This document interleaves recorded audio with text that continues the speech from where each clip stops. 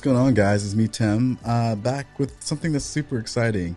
A couple of weeks ago, oh gosh, maybe more than that, maybe about a month ago, I was like kind of rummaging through my in-laws, just photographs and stuff like that, and I found a vintage Leica M3 that was made in 1957 and about 53 rolls of undeveloped film that I'm suspecting came from this camera. But I'm going to get back to that in just a second. So, as always, I'm always excited about seeing old cameras and old Leicas, and I love Leicas so much. I've shared an exorbitant amount of time on this channel talking about Leicas. But this Leica M3 was like super exciting because of one, it was my father-in-law's father's camera that he used to photograph his family with. So there was like history there. There's history. I'm like so excited about that. So my father-in-law's father has since passed away, so I had to do a little digging and a little research. So I talked to Scott, my father-in-law's brother, a little bit about this camera, and he told me that he remembered his dad walking around when they lived in Germany and all over the United States and Florida and all of these other places, and he always had this camera on him, and he was always shooting photographs with it, and he was 100% convinced that the rolls of undeveloped film came from this camera because that's just who his father was. He kept everything together. He was super organized. So I took some time and I took this to one of my favorite local labs, and I had the film developed, not knowing what the heck I was going to find with these rolls of film in this Leica M3. Now the Leica M3 was gummed up. I've since sent it out to Yi for CLE to get it completely clean, so I don't even have it with me right now. But I wanted to make this video to kind of show you some of the images that I got back from my film lab that was created with this camera.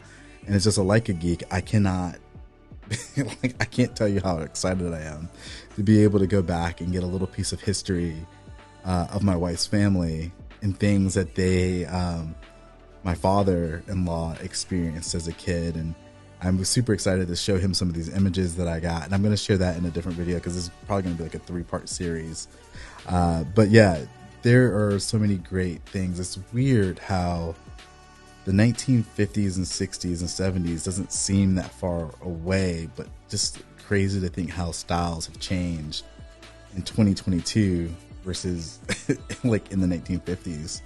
So there's going to be a lot of really cool images. I can't wait to share with you guys. But, you know, I want to encourage you that if you have a family member, to go through their photographs and talk to them and dig through to see if they have some old cameras around and figure out like what life was like for them back then. And you can kind of really learn more about your family, way more than what you could probably learn on YouTube about different cameras, by talking about how these tools that we use, these cameras that we own, and these things that we photograph with, and why they're important to the people that we love.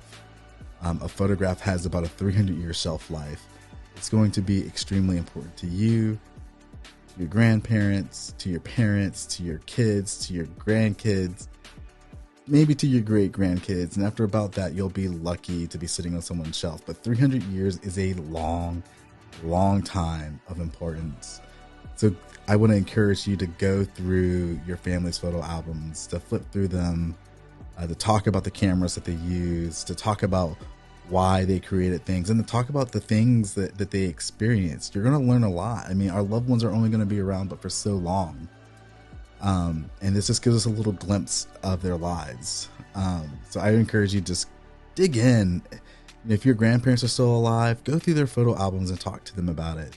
Learn a little bit about your family history. Learn a little bit about your spouse's or your loved one's family history. Just dig into it. So I'm going to share with you guys a couple of images that I had developed. I'm still kind of going through all of them. There's so many images and so many like cool things to see. But yeah, this is just a little gem that I had, and I just wanted to share with you guys because it's important and I wanted to share. But I'm going to get back to it. When I get that Leica M3 back from Yi, I'm going to do a whole review on that and have my father-in-law kind of sit with me as we kind of talk about that as well.